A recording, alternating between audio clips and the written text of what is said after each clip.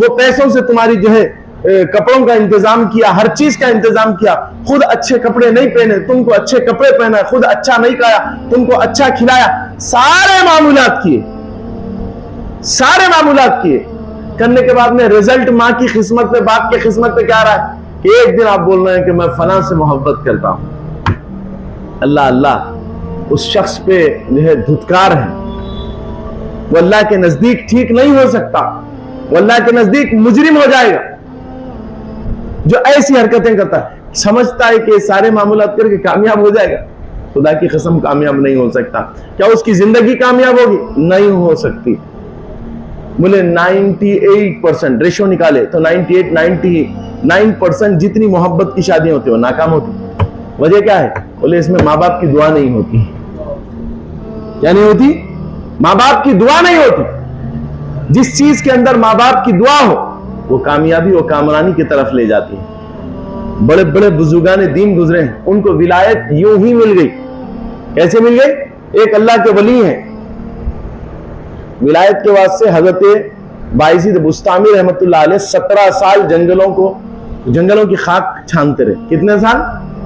اور بزرگان دین کی تواریخ آپ اٹھائیں گے تو دیکھیں گے تو کوئی بزرگ اپنی ساری زندگی اس کے اندر لگاتے رہے. مگر ایک بزرگ کا ایسا معاملہ ہے کہ والدہ ماجدہ رات کا آدھا حصہ گزر چکا تھا, دوسرا پہر گزر چکا تھا. والدہ نیند سے بیدار ہوئے, فرماتے ہیں بیٹا مجھے پانی پلا دے. کیا فرمایا؟ بیٹا مجھے پانی پلا دے.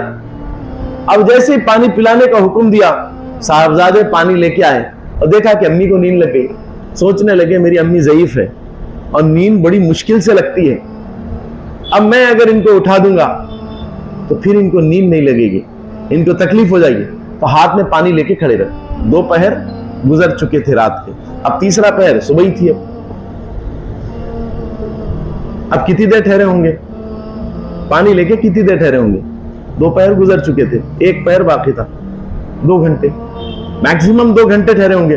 والدہ ماجدہ 2 بجے اٹھے ہوں گے یا 1 بجے اٹھے ہوں گے, بولے پانی دیو, پانی لے کے ٹھہر گئے. 2 بجے 3 بجے تک ٹھہرے ہوں گے. تہجد کو تو اٹھنے والے تھے والدہ. اب جیسے ہی اٹھے تو دیکھا کہ شہزادے پانی لے کے کھڑے. بولے بیٹا تم پانی لے کے کھڑے ہو؟ بولے امی جان آپ نے حکم فرمایا تھا پانی کے لیے, میں اسی وقت پانی لے کے آیا, مگر آپ کو نیند لگ چکی تھی, اٹھانا مناسب نہیں سمجھا کیونکہ آپ کو بڑی مشکل سے نیند لگتی ہے. ماں کے دل پہ بات اثر کر گئی اور اللہ کی بارگاہ میں دعا کر کے کہتے مولا یہ جو میرا بیٹا ہے اس نے میرے لیے پانی لے کے جو ہے اپنی نیند کو تیاگا ہے, مولا آپ کرم فرمائیے اور اپنے محبوب بندوں میں اس کا نام لکھ لیجیے, اپنی ولایت اسے عطا فرما دیجیے. بس یہ کہنا تھا, اسی لمحے اللہ تعالیٰ نے ولایت کے فیصلے فرما دیے. کیا کیے؟ اسی لمحے اللہ نے ولایت کے فیصلے فرما دیے. دیکھو ماں کا کتنا بڑا مرتبہ ہے, باپ کا کتنا بڑا مرتبہ ہے. ہم کن گمراہیوں کے اندر ڈوبے ہوئے ہیں صاحب, ہم کہاں ڈوبے ہوئے ہیں؟ ماں باپ کا مرتبہ ختم ہو گیا آج. اور دیکھو معاشرتی اعتبار سے ہمارے گھروں کے اندر دین نہیں ہے. معاشرہ جیسا چل رہا ہے اس کے اندر آپ اکثر و بیشتر دیکھ لیجئے, صبح کے وقت ہمارے گھر قبرستان ہوتے ہیں. آپ پورے صبح کے ٹائم پہ گاڑی لے لیجئے, کار میں بیٹھ کے پھریے یا موٹر سائیکل پہ پھریے, آپ صبح کے وقت پورے کیمروں کے بھروسے پہ سو رہے ہیں. کیمرے لگا لیے, کوئی اگر کچھ کر دیا تو بھی ہم اس کو کیمرے میں پکڑ لیں گے. باقی کے تو پورے گھوڑے بیچ کے سو رہے ہیں, پورے کے پورے گھوڑے بیچ کے سو رہے ہیں. کوئی بھی ہوشیار نہیں ہے, پورے کے پورے سو رہے ہیں. اللہ ماشاءاللہ لوگ مسجد میں نماز کے لیے آ جاتے ہیں, باقی کے تو لوگ تو ماشاءاللہ اذان ہوتی ہے ان پہ کوئی اثر ہی نہیں ہوتا. اللہ خیر کے فیصلے فرما دے, عافیتیں عطا فرمائے. تو بتانے کا مقصد یہ ہے کہ معاشرتی اعتبار سے اتنی بگاڑ آ چکی ہے جس کی کوئی حد نہیں. آج بڑے بھائی کا ایک منصب ہوتا ہے گھر کے اندر, تسلیم کرنے کے لیے تیار نہیں ہے چھوٹے بھائی. چھوٹے بڑے بھائی کو شفقت کے ساتھ رہنا ہے, وہ صرف انہوں نفسی بول رہے ہیں, میرا کیسا بول کے سوچ لے رہے. اماں اور بچیاں ہیں, بچے ہیں, ان کے اندر اختلافات ہیں, بھائی بہن ہیں, ان کے اندر اختلافات ہیں. کوئی شریعت کے اوپر چلنے کے لیے تیار نہیں ہے, کوئی قربانی دینے کے لیے تیار نہیں ہے. اب ساری یہ دیکھ لیجئے گھروں کے اندر یہ حالات و معاملات چل رہے ہیں, ہر طرف اختلاف کا بازار گرم ہے. اب گھر کے اندر